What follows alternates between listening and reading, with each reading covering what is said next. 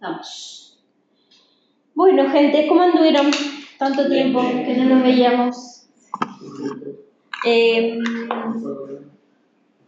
Vamos a retomar con otro tema. Vamos a arrancar, en realidad, a ver cómo empezamos ya a aplicar todo lo que hemos ido trabajando con un tipo de estructuras específicas que son las fundaciones, ¿sí? Entonces vamos a ver cómo se hace un análisis de vibración en fundaciones.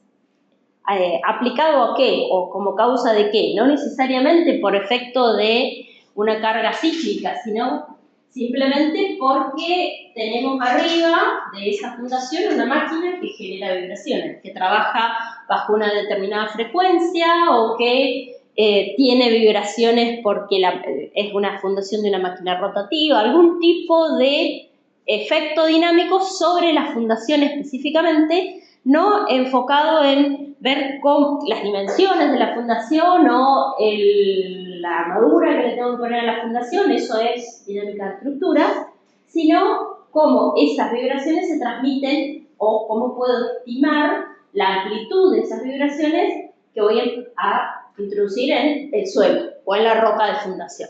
Entonces, hoy lo que vamos a ver es, en una primera parte, cómo se hace el cálculo de qué es lo que estoy generando en función del tipo de máquina o del tipo de fuente de vibración que yo tengo colocada o anclada en esa fundación, y en segundo lugar, qué tipo de aislaciones, las más primitivas, las más rudimentarias, en primer lugar, y luego les voy a mencionar algunos otros tipos de aislaciones que sé que existen, que ya son comerciales y que se utilizan en lugares donde tienen grandes fuentes de energía dinámica, como por ejemplo las zonas sísmicas en lugares muy desarrollados como Japón, por ejemplo.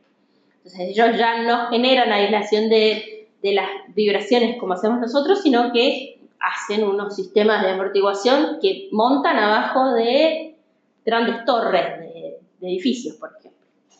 Pero bueno, vamos a arrancar entonces, en primer lugar, viendo cuáles pueden ser los tipos de movimientos o las formas de vibraciones posibles que son las típicas de un sistema tridimensional, ¿sí? Nosotros tenemos que lo que puede pasar es que como consecuencia de, por ejemplo, una carga de impacto que tenga una determinada frecuencia o una determinada ciclo de variaciones, la más típica que se me ocurre es la máquina de hincado del pilote o la máquina con la que hacemos los pozos de perforación para ir a sacar agua acá en la zona. Para hincar un caño, para sacar agua de un pozo, lo que se hace es se va colocando en forma rítmica una serie de golpes sobre la cañería y se va introduciendo en el suelo. Entonces, lo que nosotros queremos ver es no lo que le está pasando a la estructura en sí, sino qué tipo de movimiento me genera eso sobre el suelo de fundación. Así como vertical, puede ser longitudinal, si yo tengo alguna estructura que tiene un movimiento de traslación en sentido horizontal, o torsional, algún tipo de movimiento tipo basculante en una dirección, en la otra, etc. Entonces, nosotros tenemos todas esas posibilidades, todas esas distintas formas de aplicación de vibraciones sobre la estructura de la fundación, y para eso lo que vamos a hacer es una especie de recuento histórico, desde, en primer lugar, cómo los empezaron a analizar en las primeras etapas del análisis o del estudio teórico de vibraciones. En todos los casos, el medio nosotros lo consideramos, los suelos, como un medio elástico, homogéneo, isótropo. Esto quiere decir que las ondas que se nos transmiten son las ondas que nosotros hemos estado estudiando hasta ahora. Y es importante entender que esto es aplicable solo si el nivel de vibraciones es moderado, la amplitud de esas vibraciones es pequeña. Si nosotros tenemos, por ejemplo, el efecto de una explosión donde la amplitud de la deformación es muy grande, ya no podemos considerar este tipo de análisis simplificado o teórico, que es lo que les voy a empezar a mostrar ahora. Allá por el inicio del 1900, Este problema se estudiaba teóricamente, asumiendo que teníamos un semiespacio totalmente elástico, homogéneo, isótropo, sometido a una fuerza teórica que tenía una amplitud, y nosotros podíamos caracterizar, como era un medio elástico, el material directamente con un par de parámetros resistentes, o parámetros constitutivos, como el módulo de corte, el coeficiente de Poisson, para una determinada densidad.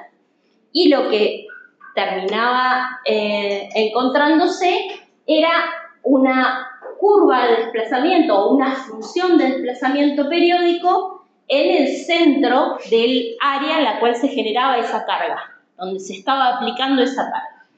En principio este problema lo resolvió Reisner, asumiendo que la carga era una carga tipo exponencial, periódica, en función del tiempo, con una amplitud constante, ¿sí? Una curva tipo exponencial, periódica, que a una determinada frecuencia iba aplicando esa misma carga teórica en todos los espacios del tiempo. Y él lo resolvió encontrando que la amplitud del desplazamiento también tenía esas mismas características, también era un desplazamiento teórico que dependía de la amplitud de la carga aplicada y de la frecuencia en la cual era aplicada, y era inversamente proporcional a la rigidez y al tamaño de esa fundación de tipo circular. Este concepto también lo resolvió asignándole a la fundación determinadas dimensiones, porque en un primer lugar dijo, bueno, esta platea es un plato adimensional, solo tenía en cuenta el radio. Bueno, pero ¿qué pasa si es una estructura que tiene una dimensión un poco mayor? Que tiene un peso, que tiene una masa, que tiene una dimensión tal que va a afectar. No da lo mismo si yo tengo un bloque de fundación de 1 metro por 1 metro que si tengo una chapa muy delgada en la cual estoy aplicándole esa carga periódica. Entonces, también resolvió esa ecuación donde, en este caso, la amplitud del movimiento ya tenía las relaciones de las características de la fundación, que era lo que estaba caracterizando en el caso anterior, únicamente era dependiente de la fundación, no había ningún efecto del tipo de material con el que estaba constituida la fundación. En cambio aquí ya tenía en cuenta la masa de la fundación en función de ese tipo de peso donde estaba aplicada, dado que la consideraba aplicada encima de ese bloque de fundación, además de las características del suelo que seguían siendo las de un material lineal elástico homogéneo isótropo. En este caso, la forma de calcular era de una base circular flexible sometida a la misma carga, ¿sí? Siempre estaba resolviendo el mismo problema para distintas relaciones de masa o de peso de ese bloque de fundación. En todos los casos, lo interesante es que la frecuencia dimensional que luego entra en la amplitud de la deformación que se va generando depende de la velocidad de las ondas de corte en el suelo de la fundación, que nosotros lo tenemos bien caracterizado, bien conocido hasta ahora. Pero bueno, no dejaba de ser un concepto absolutamente teórico de la transmisión de las ondas en un medio elástico. Un poquito, unos 20 años después, extendieron ese trabajo porque en el trabajo de Reisner, lo primero que se decía era que la base era circular y flexible, totalmente flexible. Entonces, en los 50, Kingland y Sand lo que dijeron es, bueno, supongamos que no es una base absolutamente flexible, supongamos que es una fundación rígida, o supongamos que la presión que está aplicada es una presión absolutamente uniforme, o que la distribución de esa presión era una presión de tipo parabólica. Entonces fueron resolviendo para esas hipótesis de trabajo cuáles eran los valores de la carga que se transmitía para la misma condición de fuerza periódica que se estaba aplicando en forma teórica en el centro, siempre en el centro de una zapata circular, ¿sí? Una fundación de tipo circular, una fundación superficial. con las mismas condiciones del suelo. Trataron de llevarlo a la resolución de una fundación de una máquina asincrónica, donde tenemos dos masas rotativas que funcionan en dos frecuencias, y entonces ya la resolución del problema no era de una función de carga exponencial con una única frecuencia de vibración, y bueno, encontraban resoluciones que tenían un montón de parámetros adimensionales y de cuestiones que eran muy teóricas y muy analíticas, y no tenían una base para hacer la resolución de las fundaciones que pudiera ser aplicable de una manera sencilla. Esta es considerando que la fundación es absolutamente rígida, también en los años 60, y en todos los casos había una cantidad de condiciones adimensionales que dependían de la forma de la carga, etcétera, etcétera. Resolvían para distintos tipos de condiciones de la fundación, pero la realidad es que no pasaban del campo de la teoría. Si uno quería resolver, bueno, tengo una máquina que no está aplicando una función que es Q0 por E a la omega por T, sino que tiene una frecuencia de trabajo que a veces cambia, que cuando está iniciando, cuando se está poniendo en marcha, tiene una frecuencia de vibración y que luego trabaja en otra frecuencia. Es como que todo esto quedaba como bastante lejos de la realidad. Entonces, bueno, estos son todos los desarrollos. Hasta que por allá por los años 60 empezaron a analizar esto ya con otro concepto. Empezaron a pensar, bueno, pero ¿y qué pasa si yo a esto lo asimilo a un sistema amortiguado de un grado de libertad? ¿Sí? Empezaron a cambiar el foco. Ya no estoy trabajando con una función ideal, en un semiespacio ideal, sino que lo voy a transformar, este semiespacio, en un sistema de un grado de libertad amortiguado. ¿Sí? Bueno, si ya estoy trabajando con un sistema de un grado de libertad amortiguado, ya hay una cantidad de análisis desarrollados para ese tipo de esquema. Sigue siendo un modelo que no es la realidad, porque es un sistema de un grado de libertad, o sea, un elemento que se mueve, que tiene un amortiguador y tiene un resorte, pero ya tenemos ecuaciones desarrolladas que tienen un asidero, que tienen una forma de trabajar. Entonces, este disco, que era un disco circular sin peso, sometido a una carga periódica con una amplitud constante, empezó a transformarse en un sistema de un grado de libertad que tenía una masa, que tenía una aceleración, y que nosotros podíamos empezar a pensarlo como un sistema de un grado de libertad amortiguado. Y entonces la solución para ese tipo de problemas tenía la forma de la ecuación de movimiento de un sistema de un grado de libertad amortiguado, donde teníamos que había una rigidez asociada a los desplazamientos, había un coeficiente de amortiguamiento asociado a las velocidades, y bueno, la fuerza era la masa por la aceleración.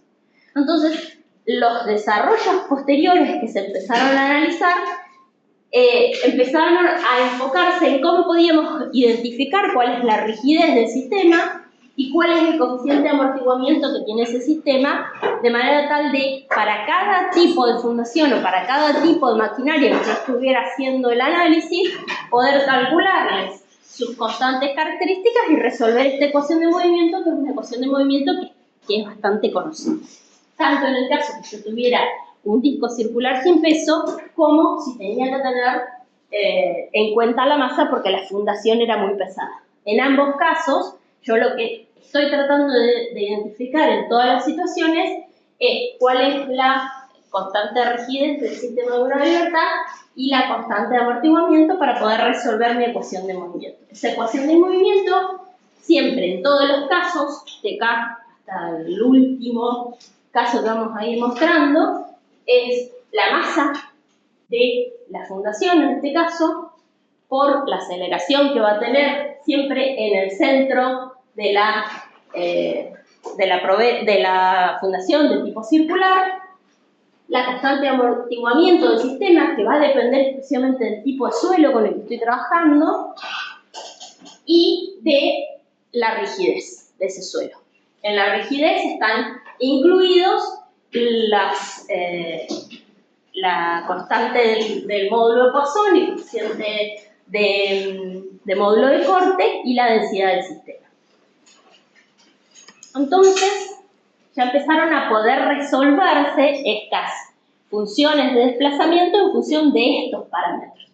Y la analogía era una analogía donde uno decía, bueno, no tengo una fundación específica, sino lo que tengo es un sistema de un grado de libertad que tiene un amortiguador y tiene un resorte. Bueno, entonces vamos a resolver esos problemas calculando esas dos relaciones de amortiguamiento y de resorte, de manera tal de poder calcular las funciones de desplazamiento en el centro de cada una de esas fundaciones. La solución de esa ecuación dependía exclusivamente de estas variables, ¿sí? Fíjense que son mucho más sencillas, mucho más palpables y en todos los casos son sencillas de identificar.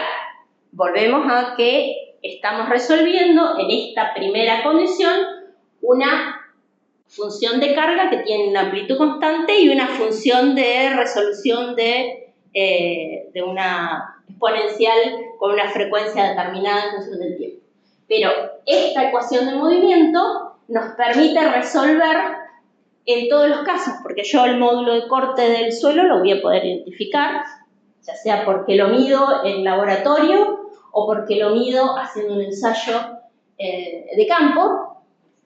El radio de mi fundación, una fundación circular, lo tengo conocido, el coeficiente de Poisson del suelo lo tengo conocido, yo sé cuál es la rigidez, el coeficiente de amortiguamiento depende de las mismas variables, el radio al cuadrado en este caso, y la raíz del módulo de corte por la densidad, y el coeficiente de Poisson. Entonces, en todos los casos yo puedo resolver teóricamente esta ecuación y encontrar cuál va a ser la frecuencia en la cual se va a producir la frecuencia resonante. ¿Cuál sería el procedimiento si yo hago esta analogía? Yo tengo que resolver una fundación de la cual conozco las características del suelo y digo, voy a poner una fundación de un radio de 1 metro o un radio R0 conocido. Lo primero que hago es calculo la frecuencia natural del sistema, que es 1 sobre 2pi, la raíz de la rigidez de la estructura sobre la masa, que depende exclusivamente de los parámetros estos que acabamos de definir como que están conocidos. Después calculo el amortiguamiento. Calculo el coeficiente de amortiguamiento. Con este coeficiente de amortiguamiento en función del amortiguamiento crítico, que sería el que me genera una única curva y me amortigua en un solo ciclo, el amortiguamiento crítico, por eso saco la relación de amortiguamiento. ¿Qué querría decir? Si yo tengo un sistema de un grado de libertad amortiguado, el amortiguamiento crítico es el que me permite hacer un ciclo y detenerse. Un sistema con un amortiguamiento, una relación de amortiguamiento menor a 1, lo que dice es que voy a hacer una serie de ciclos hasta que finalmente se va a amortiguar en tantas vueltas. Y un amortiguamiento mayor a 1, o una relación de amortiguamiento mayor a 1, es que no alcanzo a tomar un ciclo completo y ya se amortiguó por completo, está sobreamortiguado. Entonces voy a poder calcular esa relación de amortiguamiento y con esa relación de amortiguamiento y la frecuencia natural calculo también la frecuencia resonante, que sería aquella que me genera una amplitud de movimiento infinita, porque coincide la frecuencia natural con la frecuencia resonante y se me amplifica ese pico de deformación.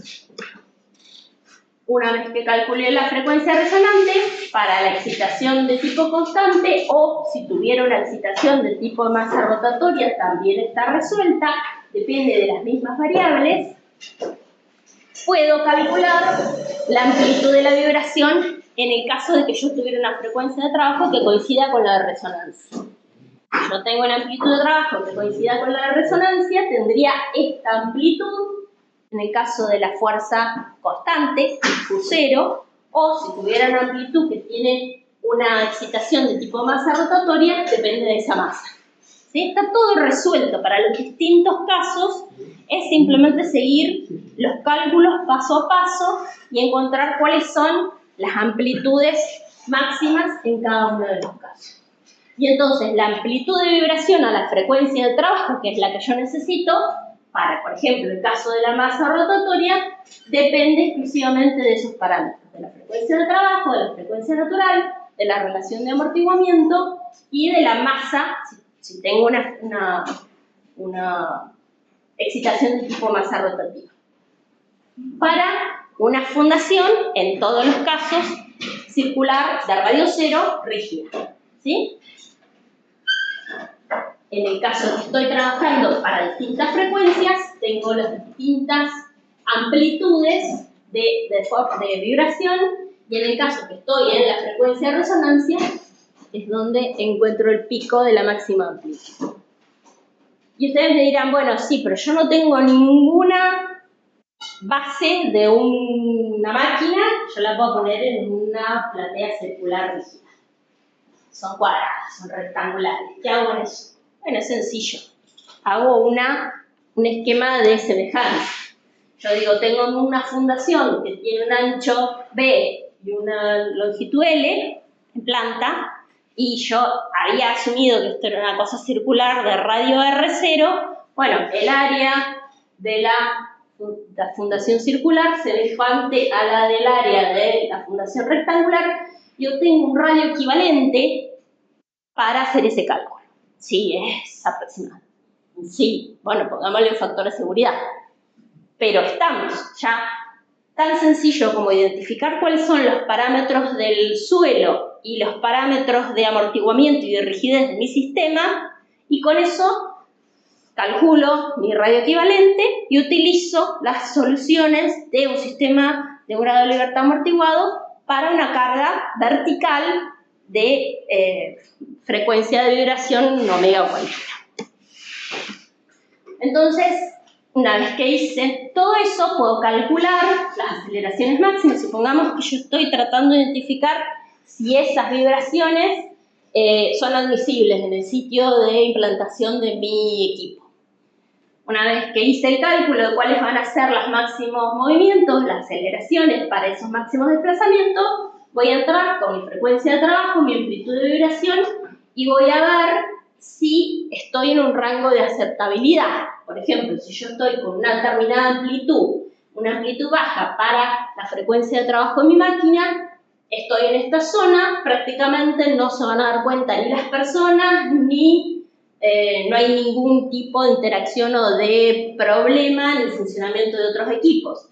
Si ya tengo una amplitud de vibración del orden de 0,1 milímetro con una frecuencia, supongamos, de 500 ciclos, ya a las personas que estén en cercanías a la fundación de esa máquina van a generarle problemas que pueden ser para algunas personas o severos ya para las personas, esas vibraciones que uno las siente que puedo estar un ratito, pero acá no quiero trabajar, o ya puedo generarle problemas a otros equipos, o puedo generar problemas por vibraciones en las fundaciones de otras máquinas, o hasta daños estructurales donde ya estoy generando un impacto mucho más profundo. Entonces, con un cálculo muy sencillo, muy simplificado, y utilizando ese esquema de la resolución de Lismer y de Richard, yo puedo calcular si mis vibraciones que están generadas por la fundación de esa máquina están en un rango de aceptabilidad o están generando algún tipo de problemas y yo voy a tener que modificarlo. ¿Cómo puedo modificar las vibraciones? Bueno, tengo que mirar cuáles son las variables de entrada para obtener esas amplitudes de vibración. Si yo tengo un material que es muy blando, yo estoy calculando que mi amplitud máxima va a depender de la rigidez que tiene como la inversa de la rigidez es la amplitud, que tiene la variable del módulo de corte como en el numerador, al igual que el radio de la máquina. Yo sé que una fundación más rígida, con un mayor módulo de corte, va a entrar en este denominador y me va a disminuir la amplitud de las vibraciones. O puedo decir, voy a amplificar el amortiguamiento. Si voy a amplificar el amortiguamiento, también dependiendo de la relación de radio simplemente, voy a poder disminuir esas vibraciones que están generándome, en este caso, algún problema de trabajo en las máquinas cercanas. Cuando yo voy a diseñar, así como reglas generales, ese es el formato de trabajo, ¿sí? Tengo una máquina que me genera vibraciones de tipo vertical, voy a seguir ese esquema de trabajo. Pero ¿qué tengo que ver? Como datos, así como tips. ¿Cuáles son los límites o los bordes con los que yo voy a tener que trabajar? La frecuencia de resonancia del sistema tiene que ser más o menos de la mitad de la frecuencia de trabajo de la máquina en régimen, ¿sí? Yo tengo una máquina que va a trabajar a 500 RPM, mi frecuencia de resonancia tiene que ser del orden de la mitad. Entonces yo ya estoy tranquilo y estoy segura de que sí, voy a tener vibraciones importantes al inicio, cuando la estoy poniendo en marcha, pero una vez que ya está en régimen, va a trabajar suavecito. ¿Sí? Entonces, bueno, ahí quizás tenga que ver durante la parada y durante el arranque, la máquina va a generar algún tipo de vibraciones que pueden ser más importantes, pero va a ser en un corto periodo de tiempo. Si yo tengo un mecanismo que va a trabajar a bajas RPM, no sé, 350, 400 RPM, la frecuencia debe ser mucho más grande, la frecuencia de resonancia. Yo no tengo que llegar nunca ahí, porque si estoy trabajando en un rango de bajas revoluciones, voy a estar muy cerca. Va a ser difícil que yo pueda encontrar una fundación que tenga una frecuencia de resonancia que sea del orden de la mitad y que no esté muy frecuentemente involucrada.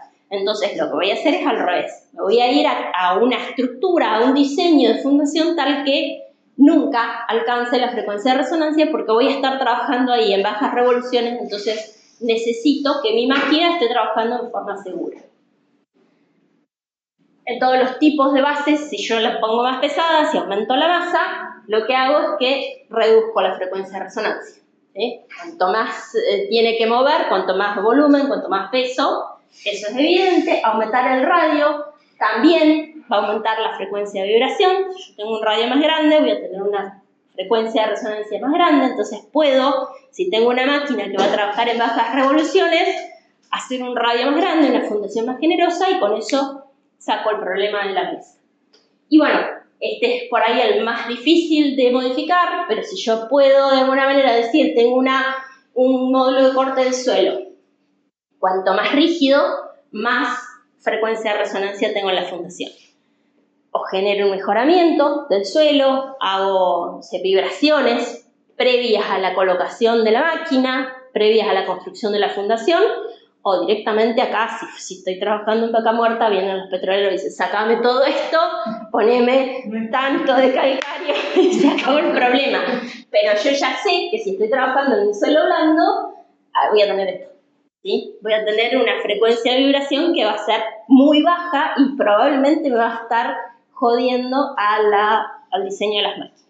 Entonces, es como una serie de tips, de límites donde yo tengo que estar trabajando para hacer un predimensionado por lo menos.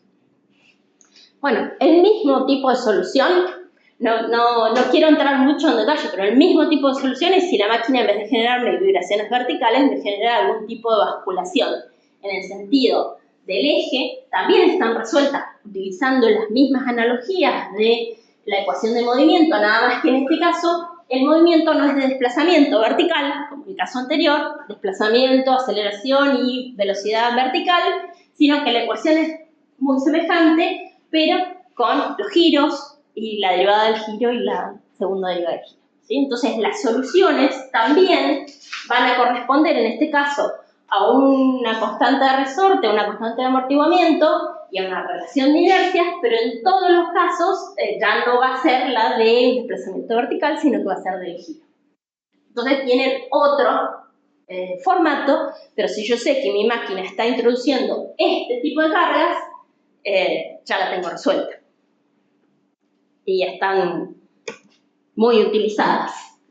El formato de trabajo es muy semejante. primero voy a calcular la frecuencia natural del sistema, después la relación de amortiguamiento, primero amortiguamiento, después la relación de amortiguamiento con el amortiguamiento crítico, la frecuencia resonante, la amplitud de vibración en resonancia y con eso voy a calcular la amplitud de vibración en la frecuencia de trabajo de mi máquina. ¿Ok? Lo mismo en todos los tipos de cargas.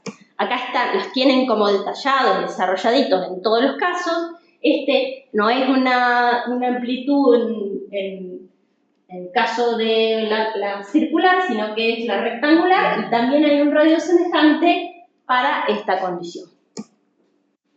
Si es una carga vibratoria pero deslizante, es decir, es horizontal la vibración que se genera, no vertical ni basculante, sino horizontal, la resolución es la misma. También voy a encontrar una constante de resorte para esa condición, la constante de amortiguamiento, la frecuencia natural, el amortiguamiento crítico, la relación de amortiguamiento, y con eso voy a ir resolviendo cada uno de los casos en los cuales yo estoy trabajando.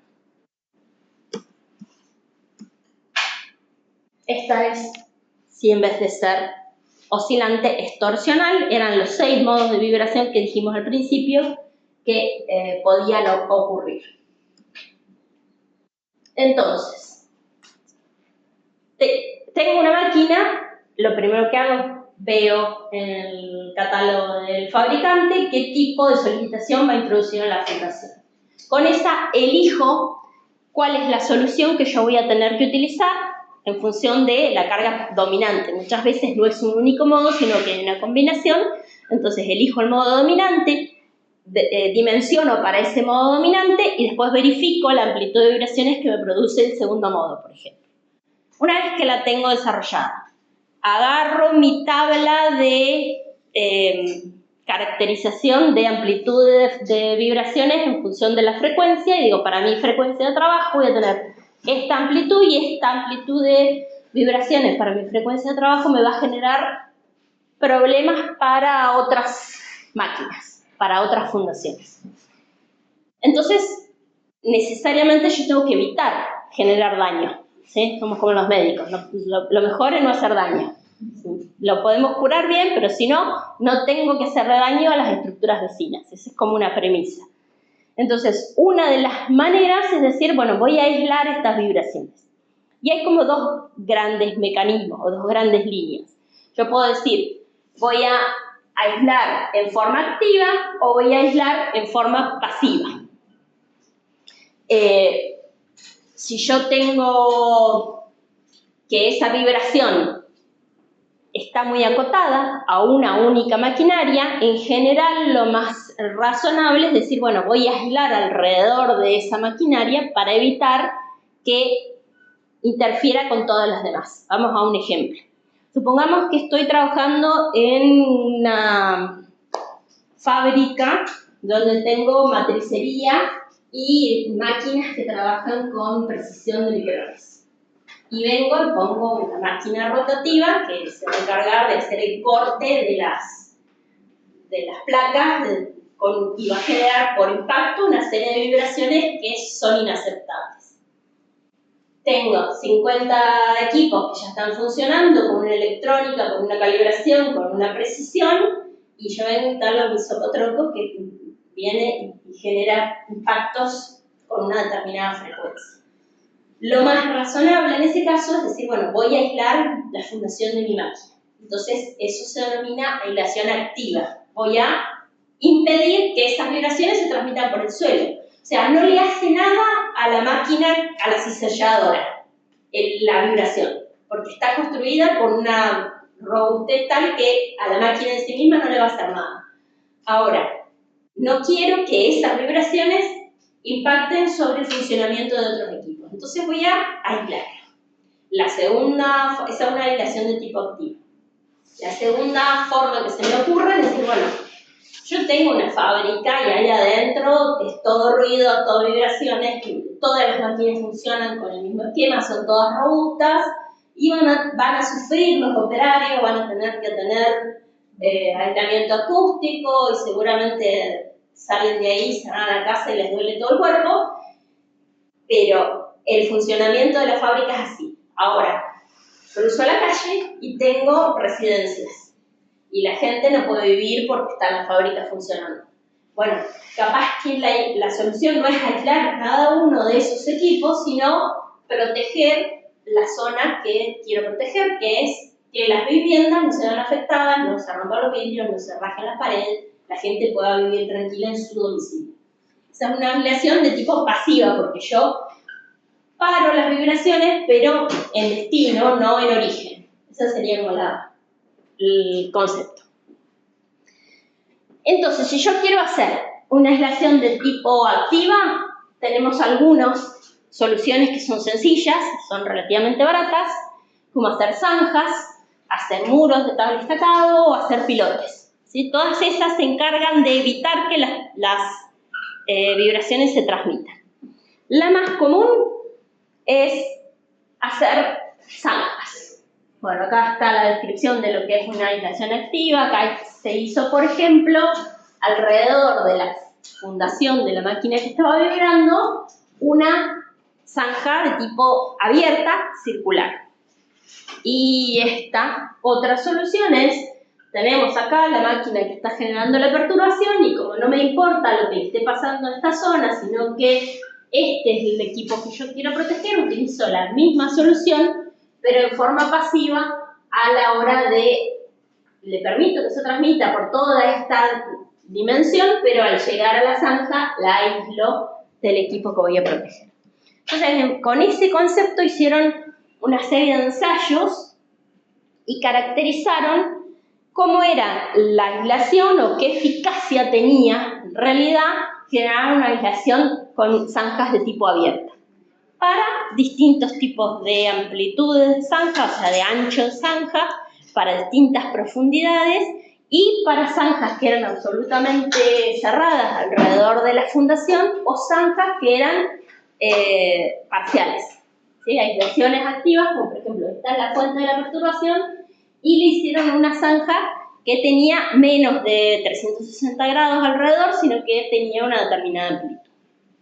Y empezaron a medir. Y con eso generaron una serie de mapas, como si fueran mapas de calor, de las vibraciones que se producían. En realidad, lo que trataban de ver era qué tanto se amortiguaban. Entonces, con eso caracterizaron con esta sigla, que es un factor de reducción de la amplitud de la vibración que habían calculado originalmente. Dijeron, supongamos que tenemos una vibración de lo que sea, milímetro. Y generando esta aislación con un determinado radio, puedo disminuirla a el 25%, entre el 25 y el 50%, o no la disminuyo nada. ¿Sí? Si menos del 0,12 era prácticamente, acá no tengo prácticamente vibraciones.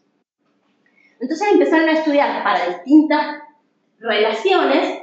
¿Por qué? Porque hacer una zanja, si bien es barato, no es gratis. Entonces, hacer una zanja de 1 metro de ancho por 1 metro de profundidad tiene un costo. Hacer una zanja de 50 centímetros por 5 metros de profundidad tiene otro. Entonces, empezaron a jugar y hacer estas caracterizaciones que sirven después como parámetro para analizar la eficacia de cada una de las soluciones. ¿Y qué encontraron? Las primeras conclusiones de este estudio eran que si yo tenía una zanja que era absolutamente continua, que me aislaba completamente la fundación, para bajar las vibraciones a un 25%, se necesitaba una profundidad en función de la longitud de la onda generada y del radio, de la longitud de la onda superficial y la profundidad de la zanja de 0,6. Si yo tengo una longitud de onda de 1, necesito 1 dividido 0,6 de profundidad de zanja para encontrar una reducción de las vibraciones del 25%. Ahora, si yo no quiero hacer toda la zanja alrededor, porque es muy cara, y quiero ir a un ángulo que esté entre 90 grados y esos 360, lo que tengo es un área ciega. donde no estoy generando ningún tipo de mejora o de beneficio. Y esa área era muy importante. Si lo miramos acá, en este sector se puede ver que yo tengo, por ejemplo, una zanja de 180 grados. Sin embargo, para encontrar algún tipo de reducción de vibraciones, yo me tenía que ir 45 grados del borde, del límite de la zanja hacia adentro, para encontrar los beneficios de reducción de amplificación, de amplitud de vibraciones que yo estaba buscando para las distintas configuraciones de profundidad de zanja. Esto que implica que si yo tengo una zanja que tiene, por ejemplo, 90 grados desde la fuente, no estoy aislando nada. ¿Sí? Me gasté toda la plata en generar esa aislación y las vibraciones me la bypassean y terminan llegando con la misma eficacia que llegaban antes. Entonces, entre 90 y 360 grados hay un área en la cual se encontraban esos mismos beneficios con esas mismas reducciones de vibraciones, pero si yo estaba por menos de 90 grados en la dimensión de la zanja, no tenía ninguna aislación eficaz. Eso nos sirve para hacer el diseño, ¿sí? Yo puedo no querer hacer una zanja todo alrededor de la fundación porque los equipos que voy a estar protegiendo son todos de aquel lado. No necesito aislar las vibraciones que van hacia atrás. Pero si yo quiero una reducción de vibraciones en un determinado ángulo para reducir a un 50% las vibraciones, porque ya ahí no serían problemáticas, o a un 25%, necesito dimensionar esa relación de altura, de profundidad de la zanja y el radio, colocarlo en forma adecuada para que mi equipo a proteger tenga el beneficio de la colocación de la zanja. Y después, otra conclusión interesante de este estudio, que hicieron un montón de ejercicios, de ensayos, es que no importa qué tan ancha sea la zanja, la reducción de amplitud de vibraciones es exactamente la misma. Entonces, bueno, conviene hacer la zanja más pequeña posible con el equipo que yo tengo, porque le da absolutamente lo mismo las vibraciones, el ancho de la zanja que yo tengo. ¿Por qué es esto? Porque lo que se transmite es a través del sonido. En el caso que yo llego al hueco, sea un hueco de muy pequeño espesor o uno de muy grandes dimensiones, le da absolutamente lo mismo a la vibración. Y lo que termina pasando es que la única variable importante termina siendo la profundidad de la zanja, porque estas vibraciones que se transmiten en forma circular o esférica a través de la fuente, a partir de la fuente de vibración, lo que terminan haciendo es terminan llegando a aquellas que bypasean de alguna manera por abajo la zanja. Entonces es la profundidad el parámetro de diseño en función de la longitud de onda de esa vibración. Bueno, supongamos que yo quiero utilizar la misma solución, pero para aislar en forma pasiva. Una zanja, pero en forma pasiva. Entonces también se pusieron a hacer ensayos para ver a qué distancia se tenía que hacer esa zanja, esa protección, y cuál tenía que ser la dimensión de la longitud de la zanja. Bueno, el ancho también lo vieron, también daba la misma solución y la misma profundidad. Entonces acá, ¿qué conclusiones sacaron? Que tenían un aislamiento satisfactorio para un radio. Radio es la distancia que hay entre la fuente y la zanja a la cual se iba a colocar el centro de la zanja, a la cual se iba a generar como aislación pasiva, para una relación de radio igual a 2 veces la longitud de onda. Entre 2 y 7 el aislamiento pasivo era satisfactorio. La profundidad mínima entre 1,2 a 1,5 la longitud de onda, y en general se dimensionan para 1,3, 1,33. Nuevamente, el ancho de la zanja no tenía prácticamente ninguna influencia sobre la eficacia de la aislación, y para mantener el mismo grado de aislación, el mínimo de área de la zanja en la dirección vertical, ¿sí? yo tengo la zanja, tiene un área en profundidad, tiene que ser aproximadamente 2,5 la longitud la longitud de onda al cuadrado para un radio de 2. Y para un radio de 7, 6 veces la longitud de onda al cuadrado. Entonces, ya tenemos resueltos para distintos tipos de problemas y en función del objetivo que nosotros tenemos, cuáles serían las dimensiones óptimas de la aislación con una zanja, que es lo más barato que podríamos construir, hacer un pozo, hacer un agujero, de manera tal de que evitamos la transmisión del agua. Después, otras soluciones que se han utilizado mucho es colocar pilotes. En realidad, primero lo que hicieron es decir, bueno, hagamos perforaciones huecas, a ver si generamos algún tipo de... hacemos que las ondas interactúen entre sí, como cuando uno le pone una rejilla y empiezan a chocar y empiezan a difractar y de esa manera se anulan. Entonces, primero colocaron, hicieron perforaciones huecas y después las llenaron con distintos tipos de materiales para ver cuál era la mayor eficacia. Como es bastante intuitivo, los materiales más rígidos eran los que tenían mayor impedancia, eran los que más transmitían la onda y entonces eran los que menor eficacia tenían, y cuanto más huecos fueran, más eficaces eran en la reducción de las amplitudes de vibración. Entonces, los pilotes se pueden dividir entre suaves o duros si la impedancia, que depende de la velocidad de transmisión de la onda en el suelo, si es menor que 1, y son duros si es mayor que 1. Los más suaves son más eficientes, nuevamente los huecos eran los más eficientes de todos porque tenían aire y a partir de ahí en esas no se generaba ningún tipo de beneficio.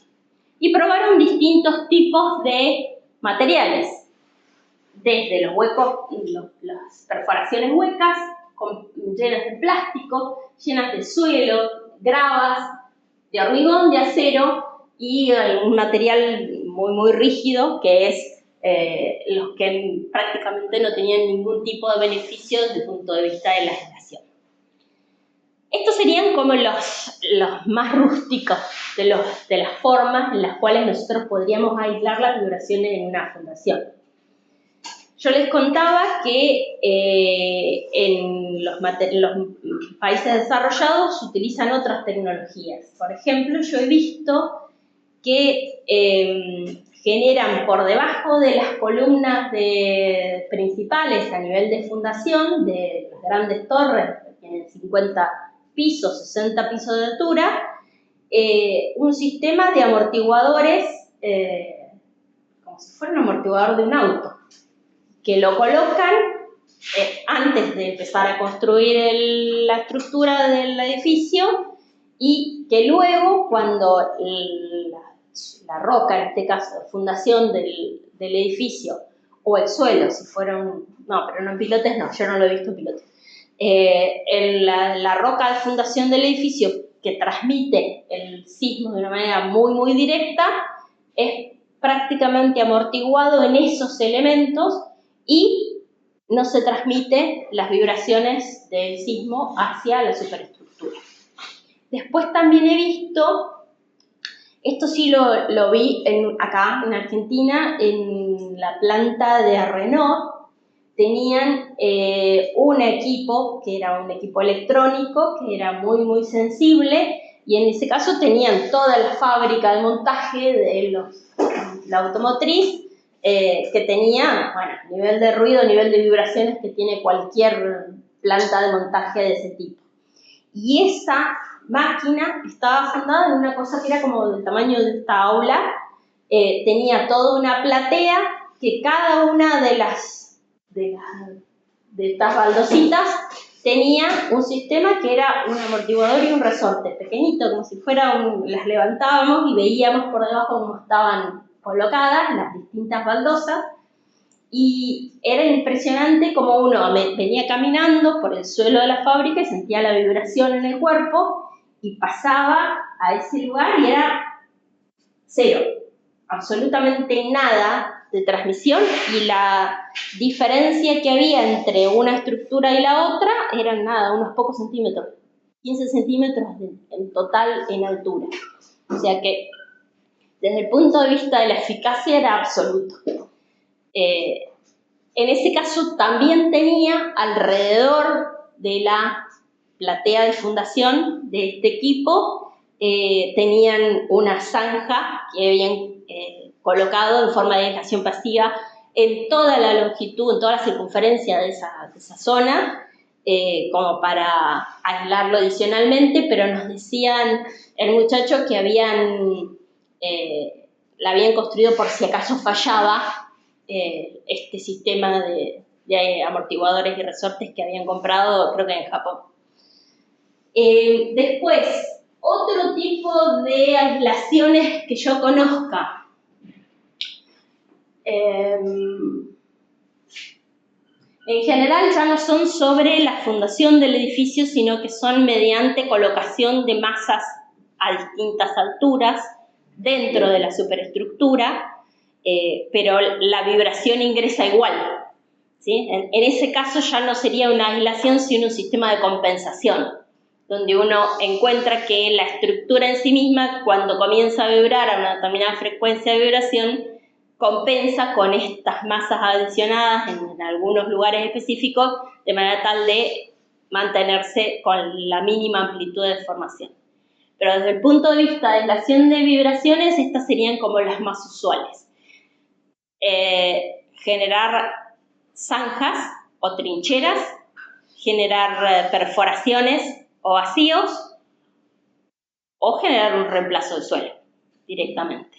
Si uno tiene un suelo que tiene una gran capacidad de transmitir ondas, lo más usual en la práctica profesional es directamente generar un reemplazo o un mejoramiento del suelo de manera tal de hacerlo más rígido y de esta manera alejar todas las frecuencias resonantes de las frecuencias de funcionamiento de los equipos. Bueno, creo que eso era todo. Después tenemos para calcular la capacidad de carga de los equipos, pero preferiría que hagan primero algunos ejercicios de estos.